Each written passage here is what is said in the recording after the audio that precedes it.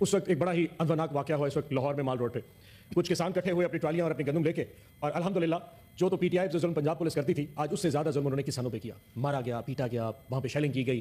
اور کیا کہ کسان پروٹیسٹ کیوں کر رہے ہیں؟ سر کسان پروٹیسٹ نہ کرے تو کیا کرے ویسے؟ جس کی 2500 روپے من گندم نہ بکے سر, آخر وہ کر ہی کیا سکتا ہے؟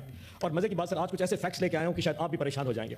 آپ کو یاد ہو سر, میں نے پچھلی اسپیچ میں کہا تھا کہ پاکستان میں 46 لاکھ ٹن کے قریب گندم پڑی تھی جس وقت نگران گورنمنٹ نے یہ فیصلہ کیا کہ ہم یوکرین سے گندم منگوا لیتے ہیں. 46 لاکھ ٹن.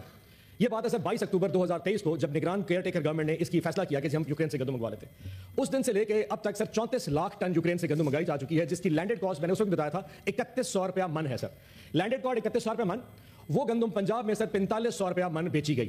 1400 روپیہ پر من پروفٹ اگر لگایا جائے سر, 400 روپے ٹرانسپورٹیشن, مڈل مین, سارے کمیشن نکال دیے جائیں, 1000 روپیہ من اس 31 لاکھ ٹن کے پیچھے نفع بنایا, جو کہ 85 ارب روپیہ بنتا ہے.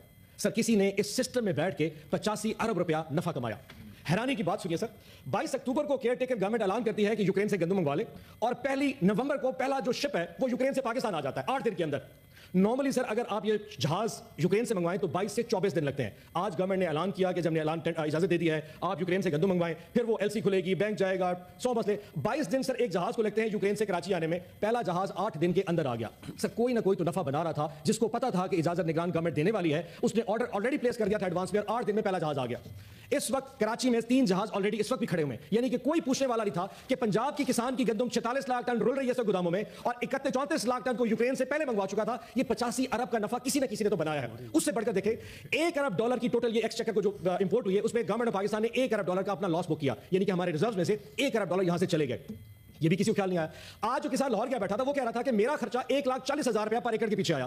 اگر گورنمنٹ مجھے 2500 روپے بھی, اس وقت اس کی 2500 میں گندم ہے, تو میں 50,000 روپے ایکڑ کا لاس کر رہا ہوں. اس وقت پنجاب کے کسان کو 100 ارب کا لاس ہوا. اور جناب چیئرمین جی یاد رکھیے گا, یہ لاس جو آج آئے اگلے 3 سال اس کے آفٹر شاکس آئیں گے. اگلے سال گندم کسان کاشت نہیں کرے گا, پھر یہ گورنمنٹ پھر پیسے منگوا کے باہر سے پھر گندم امپورٹ کرے گی, اس پہ پھر پیسہ بنایا جائے گا. یہ ایک ایسا وشیس سرکل سٹارٹ کر دیا ہے جو کہ نیور اینڈنگ ہو چکا ہے. اور ایک چیز اور بتا دوں سر, جن لوگوں نے امپورٹ کیا, میں نے ان کو فون کر کے پوچھا کہ آپ لوگوں نے امپورٹ کیوں کیا, تو فیڈرل گورنمنٹ والے کہتے ہیں کہ ہمیں پنجاب نے کہا تھا, اور پنجاب والے کہتے ہیں ہمیں فیڈرل گورنمنٹ نے کہا تھا. سر چور ان دونوں گھروں میں بیٹھا ہے, جس نے پیسہ بنایا, جس نے نفع کمایا, اور آج ان کی وجہ سے یہاں پہ کسان رو رہا ہے. میری آپ سے بڑی مؤدبانہ گزارش ہے سر, میں منسٹری آف فوڈ پروڈکشن کے اسٹیٹسٹکس لے کے آیا ہوں.